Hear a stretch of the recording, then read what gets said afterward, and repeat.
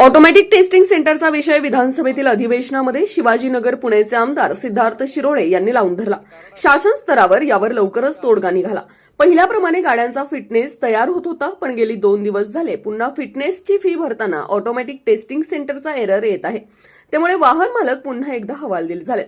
आमच्या प्रतिनिधींनी आमदार सिद्धार्थ शिरोळे व वाहतूक संघटनेचे नेते राजेंद्र उर्फ बापू भावे यांच्याशी फोनवरून संपर्क साधला असता त्यांनी शासन व परिवहन मंत्री, ट्रान्सपोर्ट कमिशनर यांच्याशी पुन्हा बोलण्याचं आश्वासन दिलं. तसेच वाहनांवर होणारे ई चलन बाबत रिक्षा, टॅक्सी, बस, ट्रक वाहतूक संघटना महासंघ अध्यक्ष बाबा शिंदे यांच्या नेतृत्वाखाली उद्या दिनांक 5 मार्च 2026 रोजी बंद पुकारलेला आहे. तर शासनाने वाहन मालकांच्या या समस्या आहेत त्याकडे लक्ष द्यावे असे बापू भावे व बाबा शिंदे यांनी सांगितले. सन्माननीय सिद्धार्थ शिरोळे. अध्यक्ष महोदय, पुणे आरटीओ मध्ये रिक्षा, टॅक्सी, बस आणि ट्रकचं जे पासिंग म्हणजे फिटनेस सर्टिफिकेट आहे ते फेब्रुवारीपासून पूर्णपणे ठप्प आहे. याचं कारण असं आहे की केंद्र सरकारच्या आदेशानुसार ऑटोमॅटिक टेस्टिंग स्टेशन ATS हे अनिवार्य केले, परंतु पुण्यातील जे केंद्राचं काम आहे ते पूर्ण होण्यास अजून 3 महिने लागणार आहेत. आणि हे पासिंग होत नसल्यामुळे हजारो कमर्शियल व्हेकल या रस्त्यावर येऊ शकत नाही, ज्यामुळे वाहन चालकांची आर्थिक नुकसान हे मोठ्या प्रमाणावर होत आहे.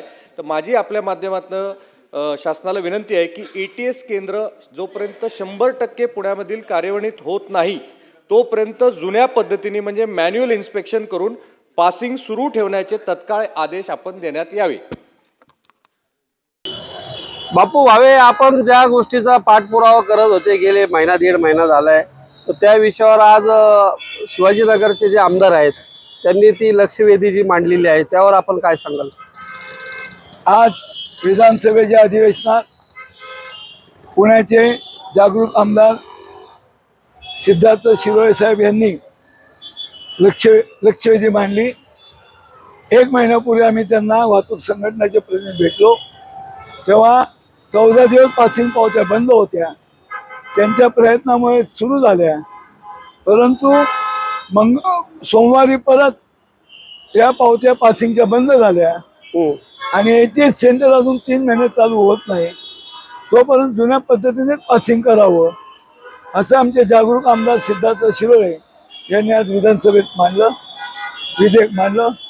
त्याची पुढे पाठपुरावा होऊन केंद्र शासनाकडनं त्वरित जुन्या पद्धतीने पासिंग करण्याकरता ATS सिस्टीमचं जोपर्यंत चालू होत नाही कुठेही सेंटर, तोपर्यंत त्या परिवहन विभागात ATS सेंटरच्या पावत्या होऊ नयेत, जुन्या पद्धतीने मॅन्युअली पावत्या व्हाव्यात.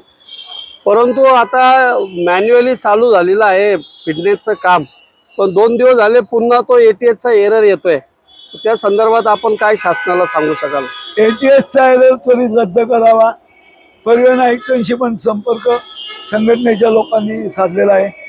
बाबा शिंदे स्वतः महासंघाचे अध्यक्ष सोमवारी भेटलेत, मंत्रालयात बैठक झाली आणि तसंच ई चलनच्या विरोधात पण वाहतूकदारांनी उद्याला बंद पुकारला आहे. त्याच्यात स्कूल बस संघटना पण सामील व्हावी. अशाच नवनवीन बातम्या व घडामोडी पाहण्यासाठी आमच्या चॅनलला लाईक, शेअर व सबस्क्राईब करा. Top news Pune. जाहिराती व बातम्या देण्यासाठी संपर्क मुख्य संपादक कैलास गायकवाड.